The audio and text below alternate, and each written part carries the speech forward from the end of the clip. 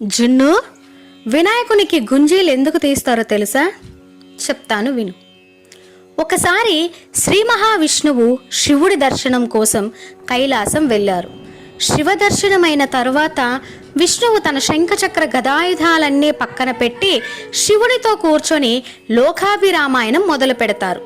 శివుడు విష్ణువు సంభాషణలో మునిగి ఉండగా అటుగా వచ్చిన బాలగణపతి స్వర్ణ కాంతులతో దగదగలాడుతున్న సుదర్శన చక్రాన్ని చూసి ముచ్చటపడి దానిని చేతిలోకి తీసుకొని అమాంతం మింగేస్తారు.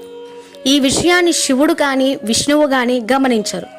కొంచెంసేపు తర్వాత విష్ణువు తన ఆయుధాలు ఉంచిన చోట చూస్తే సుదర్శన చక్రం కనపడదు. అప్పుడు విష్ణువు సుదర్శన చక్రం కోసం కైలాసమంతా వెతకసాగారు. అప్పుడు బాలగణేశుడు, దేనికోసం వెతుకుతున్నావు మామయ్య అని విష్ణువుని అడగగా సుదర్శన చక్రం కనబడడం లేదని చెబుతాడు. అప్పుడు గణేశుడు, సుదర్శన చక్రాన్ని నేను మింగేశానుగా మామయ్య అంటాడు. తన సుదర్శన చక్రాన్ని తిరిగి ఇచ్చేయమని బాలగణపతిని ఎంతగానో బుజ్జగించాడు శ్రీ మహావిష్ణువు. కానీ గణపతి ఇవ్వరు. ఆ సమయంలో గణేశుడు ప్రసన్నం చేసుకోవడానికి విష్ణుమూర్తి కుడి చేతితో ఎడమ చెవిని, ఎడమ చేతితో కుడి చెవిని పట్టుకొని గుంజీలు తీస్తాడు. విష్ణుమూర్తి గుంజీలు చేయడం చూసిన వినాయకుడికి నవ్వు ఆగలేదు. ఆ చర్య భలే తమాషాగా అనిపించింది మన గణేశుడికి. పొట్ట చేత పట్టుకొని పగలబడి నవ్వుతాడు. బాలగణపతి విపరీతంగా నవ్వడం వల్ల సుదర్శన చక్రం నోట్లోంచి బయటకు వచ్చేస్తుంది. ఆ దెబ్బకు బతుకు జీవుడా అనుకుంటూ విష్ణువు తన సుదర్శన చక్రాన్ని తీసుకొని వైకుంఠానికి తిరిగి వెళ్ళిపోతారు. బాలగణపతి సమక్షంలో గుంజీలు తీసి విష్ణుమూర్తి తనకు కావాల్సింది పొందారు కాబట్టి ఆనాటి నుంచి గణపతి సమక్షంలో గుంజీలు తీస్తే కోరిన కోరికలు తీరుతాయన్న విశ్వాసం ఏర్పడింది.